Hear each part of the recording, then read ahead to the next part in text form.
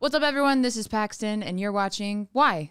That's a segment. Why? And today I'm going to talk about things that don't get enough credit and things that don't make sense to me. I don't think we give women's bathrooms at bars and restaurants where alcohol is involved enough credit. Here's the thing. I don't care what anyone says. A women's bathroom, when said women are intoxicated, that's where we need to solve the world's problems.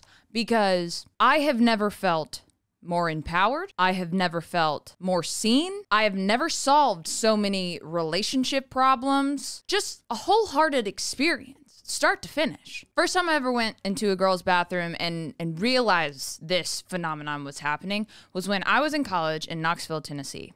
I was 21 years old and may or may not have had one too many liquor pitchers. So I just remember waiting to go into the bathroom, and then when I finally get into the bathroom, it's disgusting, whatever, gross. I hate wet napkins, so it's honestly my nightmare when I see wet toilet paper on the floor.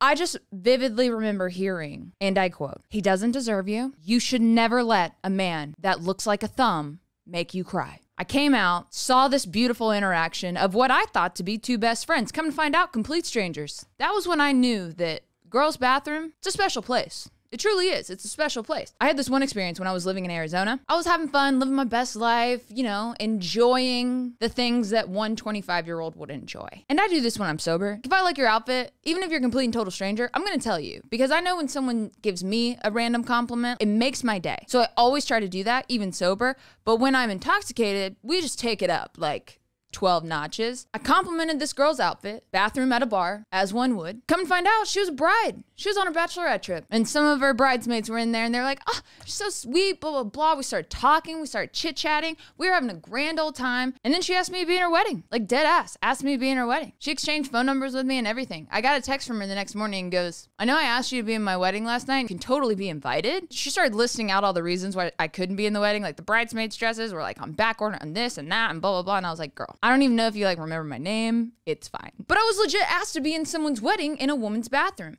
I don't know what it is, but it just feels like this sacred place. It feels like this area where nothing else matters, just love, peace, and happiness. There's a lot of crying and screaming. I've seen people find out their boyfriends were cheating on them. I've seen a group of strangers walk into the bathroom and leave best friends. I'm just saying, we don't need to count out what goes on in a woman's restroom, at a bar, at a club, at a cocktail lounge, wherever. This doesn't happen at a movie theater bathroom. This only happens like past the time of like 11 p.m. Once we get past like midnight, all bets are off. World peace will be solved in a woman's restroom. I swear on that, okay? That is what I think doesn't get enough credit in this world. Now, there are a few things I want to touch on that simply don't make sense to me. And these are my thoughts. These are my opinions. These are the things that confuse me most in life. Since it is October and it's spooky season, why do people want to go to haunted houses or watch scary movies? Especially people with anxiety. Someone answer that question for me. Because for me, someone who has anxiety, if I go to a haunted house or a scary movie, I want to throw up the entire time. I once played this VR game that was haunted, affected the manor or something. I don't know. It was a scary game and it was my first job. And my producer was like, "You just need to stay in the game." I was crying. I cried on camera. I'll insert the clip. Please! I don't want to play! I don't want to play this game! It stresses me out beyond belief that I am just like, how does anyone on this earth feel that? And they're like, that was fun. I want to torture myself again. Doesn't make sense to me. Second thing that doesn't make sense to me involving holidays is why people get so angry that other people enjoy putting up their Christmas decorations in like November.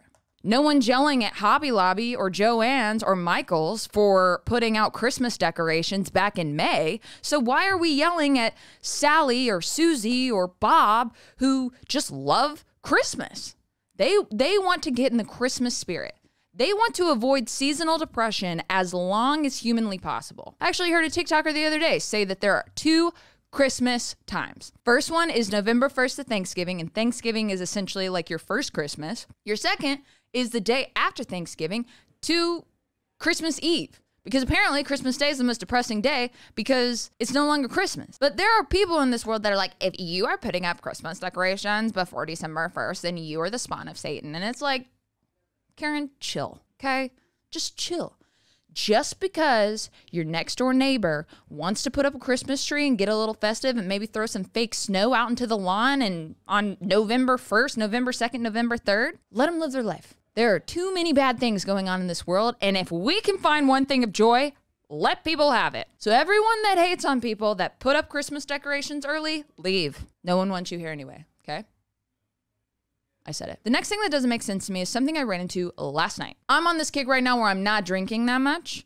So I get a lot of sodas or like mocktail, something, whatever. Love a good Coke. Love a good Coke on ice through a straw. It's just, especially when it's crispy. Beautiful. I get a Coke last night at dinner. I'm a fast drinker, so I need a refill.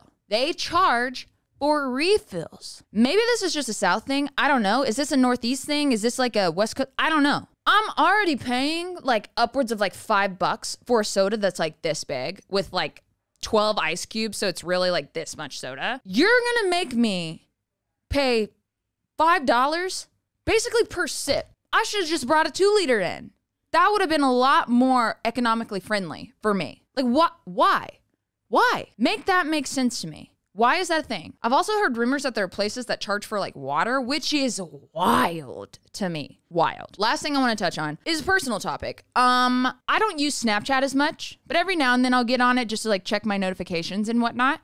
And I always get a Snapchat memory of like, oh, this day, 8 years ago, you were drunk in Nashville or whatever. Not gonna lie, there was a stretch of time that I partied a lot.